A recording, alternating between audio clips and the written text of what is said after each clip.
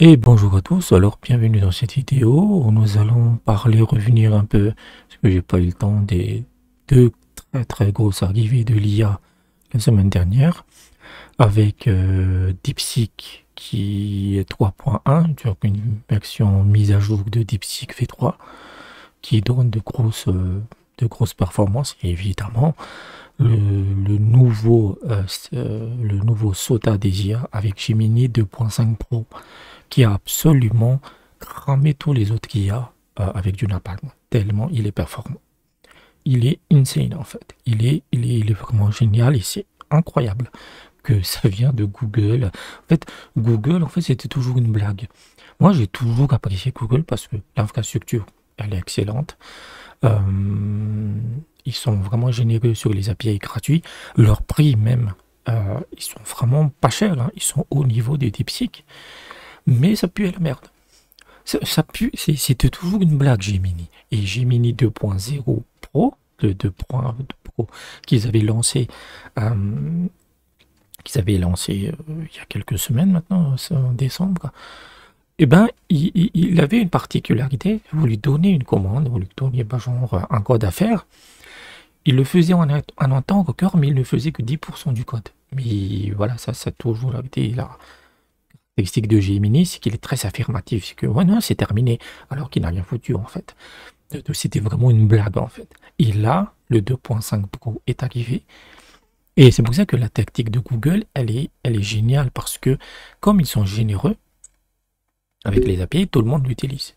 Tout le monde les utilise, en fait, gratuitement. Mais évidemment, c'est Google, c'est jamais gratuit. Les requêtes que vous faites par l'API, ça les entraîne. Donc, automatiquement, c'est voilà, c'est un bon échange de bons procédés. Donc, on va un peu voir ça. Où est-ce que oui, je vais passer en desktop. Hop. Est-ce que je suis en desktop? Voilà. Donc ça c'est LiDARJet. On va d'abord voir le DeepSeek. Ils ont maintenant une annonce officielle. Donc c'est le V30324. Donc c'est peut-être la date. Oui, ça doit être le 24 mars. Et donc il a vraiment un gros boost. C'est-à-dire que ça a surpris tout le monde. Mais le 2.5 Pro là, le Gemini, il a occulté DeepSeek. Mais il est excellent le DeepSeek là. Il est excellent le DeepSeek, donc c'est le violet foncé, et on voit par exemple qu'il est à 80 en fait. Voilà. Le seul qui arrive à le battre, en fait, c'est le GPT 4.5. Voilà. Et il est beaucoup mieux en fait que l'ancien DeepSeek. Et ça dans tous les benchmarks en fait. Voilà. Et dans le live code bench, il est supérieur à GPT 3.7 en fait. Voilà. Donc là, c'est les démonstrations qu'il fait. Voilà. C'est assez beau en fait. Et ce qu'ils le disent ici, Stronger Frontend, voilà. Il est beaucoup mieux en fait dans le développement de front-end. Ce qui était un des inconvénients, une des lacunes de DeepSeek V3, c'est que le back-end il était vraiment très bon, mais le front-end en fait il utilisait par exemple des dépendances ou des versions assez anciennes, ce qui foutait la merde. Donc voilà, DeepSeek il est disponible, mais comme vous avez le Gemini 2.5, en fait c'est ce que j'utilise principalement. Et ce DeepSeek V3, il est disponible gratuitement sur Open Router. Non, c'est pas ça. Oui, c'est ça. Hop, vous allez sur Open Router. Open Router, ça c'est le base, ne l'utilisez pas, c'est l'autre. Oui, doit être quelque part. Donc vous avez le Gemini 2.5 qui est également free, parce que le rate limit de Gemini Pro est assez vraiment très limité en fait. Et voilà, il est gratuit. En fait, vous avez aussi la version payante et vous avez la version gratuite en fait. Et regardez le nombre de tokens que ça utilise. 85 milliards de tokens. Donc ça signifie qu'il est très utilisé. Et en termes de prix, ils n'ont pas changé le prix. Donc c'est 1,1$ pour le million de tokens de sortie. Et le token d'entrée, c'est 27 centimes. Donc c'est vraiment rien en fait. Et ça c'est sur la version gratuite. C'est juste que si vous utilisez trop, en fait, ça va être saturé. Voilà. Et vous avez aussi le Gemini Pro expérimental. Voilà. qui est aussi, lui, il est gratuit puisqu'il est expérimental. Et regardez l'utilisation des tokens, 92 milliards de tokens. Donc il est clair que voilà. C'est les deux, hein, c'est les deux rois dans la ville. Oubliez OpenAI, oubliez Claude. Claude s'est fait littéralement décapiter. Parce qu'il est beaucoup trop cher. Il est bien, hein, mais il est beaucoup trop cher. En fait. Donc voilà. Et donc DeepSeek, vous pouvez les deux utiliser. Et vous avez donc le Gemini 2.5 expérimental qui vient de sortir. Et en termes de benchmark, pour vous donner une idée à quel point il est insane. Donc c'est LiDAR, moi j'utilise souvent LiDAR chat de benchmark en fait, parce qu'il est le plus solide. Et Gemini est numéro 1. Et numéro 1 avec 72% de correction. Donc on lui donne genre 200-250 exercices de code très difficile et on regarde ce qu'il résout en fait. Donc 72. Et regardez le 3.7, il est genre quasiment 10 points derrière. Voilà, donc c'est pas au niveau de Claude 3.7 Sonnet, hein. Il est largement, c'est un monstre en fait. Et il y a les benchmarks, parce que les benchmarks ça veut tout dire et n'importe quoi, mais je l'utilise au quotidien. Et ce Gemini 2.5, il a résolu un problème qui me faisait chier sur un de mes projets depuis un mois. Il a réglé le problème en fait. Donc le 3.7, il est à 64. Voilà. Le R1, il est vraiment, il est vraiment top en fait, le Gemini. Et le DeepSeek, le nouveau là, il est à 55. Voilà, il est juste avec le nouveau DeepSeek V3, il est juste au niveau de R1. Et pourquoi c'est intéressant pour ceux qui utilisent DeepSeek? Parce que celui-là, il est légèrement plus cher, genre c'est 2 dollars quoi. Et ça c'est 1 dollar. Donc c'est 1% de différence. Voilà. Mais grosso modo, ce V3 là, il a une capacité de raisonnement en fait. Voilà. Et si on regarde ça, le précédent DeepSeek V3, le tout premier, il était à 48. Donc il a pris quasiment aussi genre 7 ou 8 points de performance. Donc les deux sont excellents. Je le dis, oubliez OpenAI. Ils font de la hype avec les images. Je m'en fous des images. C'est pas ça qui fait le boulot. Voilà. Mais en termes de codage, il est excellent. Il est excellent. Et donc là... Qu'est-ce que je peux vous montrer d'autre? C'était juste une annonce. Hein. On va passer sur VS Code un peu. Et donc, voilà, ça c'est une application que je me bute dessus depuis un mois, mais j'arrive pas à la gérer. C'est compliqué. Grosso modo, c'est une aide à l'écrivain en fait. Voilà, c'est pour écrire des livres, etc. Et j'utilise principalement Gemini 2.5. Hein, voilà. Donc vous pouvez directement l'utiliser sur Gemini. C'est gratuit. Hein, vous directement vous connecter à Google, c'est gratuit, vous avez juste à obtenir l'API, mais également sur OpenRouter. La limite des API, c'est 5 requêtes par minute, ou chez Google.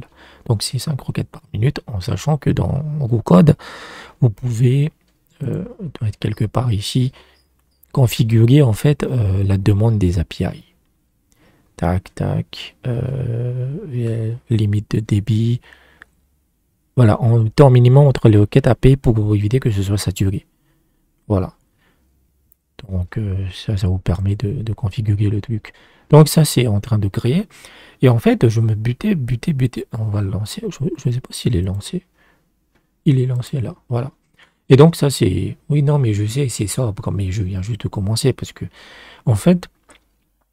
Donc c'est une aide à l'écrivain, hein, ça dit que voilà, il vous donne des suggestions, il vous donne, c'est un chatbot ultra amélioré. Mais par rapport aux idées en tête, en fait, je suis très très loin.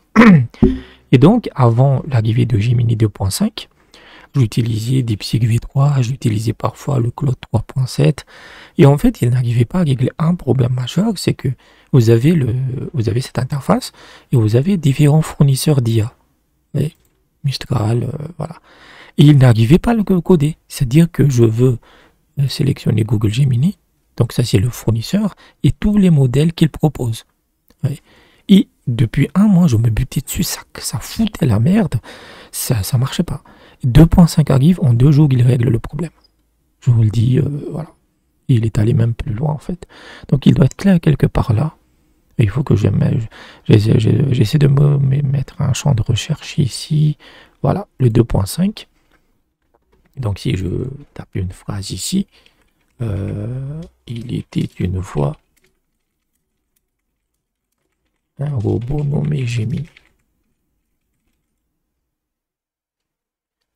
qui voulait remplacer les humains médiocres. Voilà. Donc si je clique sur continuer, ça va demander à l'API. Voilà. Donc ça c'est vraiment un projet pour moi en fait. Parce que moi j'écris des livres et j'aimerais avoir une aide qui, voilà, où je commence. Je veux pas tout créer avec de l'IA parce que ça reste, c'est pas encore très créatif, mais j'aimerais créer par exemple 2-3 paragraphes et le reste il le complète en fait. Et voilà, il a continué en fait. Voilà. Donc ça c'est une prompt que vous pouvez supprimer. Voilà, il a dit, vous lui donnez une phrase et il continue. Voilà. Donc c'est plutôt pas mal. Et si vous voulez faire une suggestion, hop, suggérer.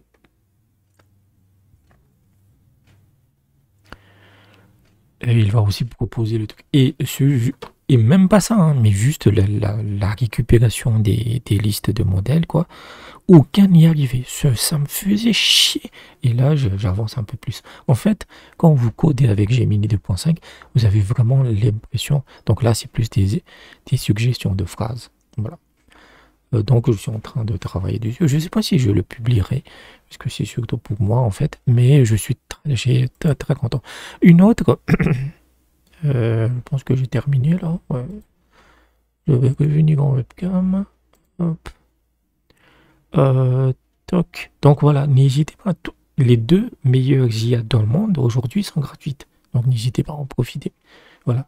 Et ce qui est bien avec Gemini là, en fait, le gros, je vais passer juste en webcam. L'un des gros avantages de Gemini 2.5 par rapport à DeepSeek, en fait, c'est la capacité de vision. C'est-à-dire que vous pouvez fournir une image qu'il peut lire, en fait. Et ça, c'est très, très important dans le codage. Parce que si vous lui faites vous codez un front-end, il faut qu'il voit à quoi ça ressemble. Et j'ai souvent eu des problèmes avec DeepSeek, en fait. Donc, voilà. Qu'est-ce que je voulais montrer aussi? Une autre chose. La seule petite lacune Hop, je reviens juste. Voilà. Donc ça, c'est leur description de modèle. Une capacité assez impressionnante de Gemini. Et vous pouvez aussi l'utiliser dans... Genre, non, c'est pas là. Dans AI Studio. C'est aussi gratuit. Hein. Donc, c'est un excellent modèle, mais surtout, sa fenêtre de tokens, en fait, elle est immense puisqu'elle peut gérer 1 million de tokens. Donc, vous pouvez lui balancer ce que vous voulez. Hein. Alors, donc, ça, c'est le Gemini 2.5. Et vous pouvez, il peut accepter les images, il peut accepter les vidéos, il peut accepter évidemment le texte, mais également l'audio. Donc, c'est vraiment un multimodal. En fait. C'est vraiment un multimodal. C'est pas la Gemini. Le Google est en train d'accélérer puisque ils ont aussi leur modèle image génération là, ou directement via l'API, il peut générer les images. Donc petit à petit, ils vont tout cumuler, ils vont tout combiner en fait pour avoir un modèle qui va tout arracher sur son passage. Donc voilà, entrée audio, image, vidéo, texte, 1 million de tokens, 65 000 en sortie. La seule lacune que j'ai, c'est que la mise en cache n'est pas supportée. Voilà. Et qu'est-ce que ça signifie en fait? C'est que quand on fait énormément d'appels, je vais revenir en webcam parce que c'est tout ce que je voulais montrer. Quand on fait énormément d'appels aux IA en termes de code, c'est souvent les mêmes codes qui reviennent. Et la mise en cache, c'est qu'ils vont le mettre en cache comme ça, vous ne dépensez pas d'argent. C'est ça que ça signifie en fait. Mais le Gemini, là, comme il n'y a pas la mise en cache est désactivée, ça bouffe énormément de tokens. Genre, j'ai fait une session là, parce que comme c'est gratuit, en fait, je peux pas le faire plus de 1 heure, 2 heures. Donc, j'ai fait une session quand même pas mal, hein, une grosse session. Minimum, ça a consommé 1,5 million de tokens. Donc, ça dépendra, en fait, j'attends de voir les prix qu'ils vont annoncer. Parce que moi, je vais payer hein, sans aucun problème. En fait. Sans aucun problème. Il est insane, en fait. Il est insane en codage réel. Il est vraiment bon. Il est vraiment, vraiment bon, en fait. Donc, petite lacune par rapport à la mise en cache. Peut-être que les autres Peut-être qu'il y aura d'autres versions où ils vont mettre le cache. Mais voilà, donc vous avez les... Et DeepSeek est open source. Évidemment, Gemini ne l'est pas, mais le DeepSeek, le nouveau, là, il est open source. Donc, tout est bien, vraiment, c'est... et on a eu aussi OpenAI avec des... Oui, la nouvelle génération d'images, elle est géniale, tout le monde s'amuse, mais vous ne gagnez pas de l'argent avec. C'est aussi simple que ça. En fait, OpenAI, depuis l'année dernière, ils ne font que des gimmicks, c'est-à-dire des petites options qui font le buzz sur Internet, mais vous ne travaillez pas avec. Moi, je n'utilise plus du tout depuis très, très longtemps OpenAI, et malheureusement, Claude, il se fait un peu distancer. Et il se fait égaliser par les Chinois, mais Gemini là, lui a mis une... le gap de différence est insane. Je ne pensais pas que Google était capable de proposer ce type de modèle. Donc n'hésitez pas. Vraiment, il n'y a qu'un seul modèle à utiliser actuellement, c'est Gemini 2.5, honnêtement. Et dans tous les domaines, même dans la créativité, il est vraiment bon puisqu'il peut raisonner et coder en même temps. Il peut faire les deux en fait. Donc voilà, c'était la petite vidéo. Et je pense que ça va accélérer puisque vous avez aussi Qwen qui est arrivé, parce que j'ai pas le temps et ça me concerne pas forcément des IA agentiques, etc. Ça accélère de plus en plus. Voilà, ce sera toujours l'occasion de faire des vidéos quand c'est vraiment important. Donc j'espère que je vous ai aidé. N'hésitez pas à aller dans la description sur comment vous pouvez me soutenir financièrement. Et je vous dis à bientôt.